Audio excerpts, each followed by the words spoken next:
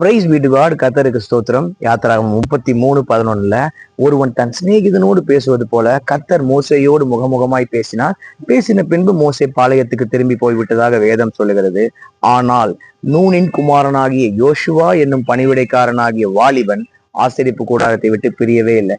ஆசரிப்பு கூடாரத்தில் யார் தங்கியிருப்பா? தேவன் தாபரிக்கிற ஸ்தலம் அல்லவா. யோசுவா தேவனை விட்டு விலகாமல் பிரியாமல் ஆசரிப்பு கூடாரத்தின் வாசலிலே இருந்தான். நாள் வந்தது. தேவன் யோசுவாவிடம் சொல்கிறார், நான் உன்னை விட்டு விலக போவதில்லப்பா, நான் உன்னை விட்டு கைவிட போவதில்லை.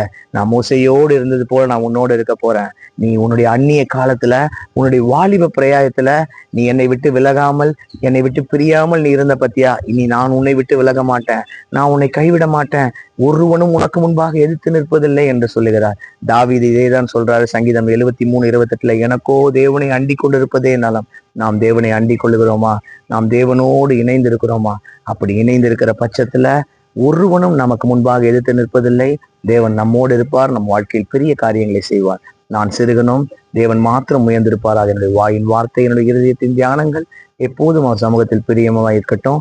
கர்த்தருக்கு சித்தமான இன்னொரு வீடியோ பதிவில் நாம் சந்திப்போம். God bless you all. Thank you so much.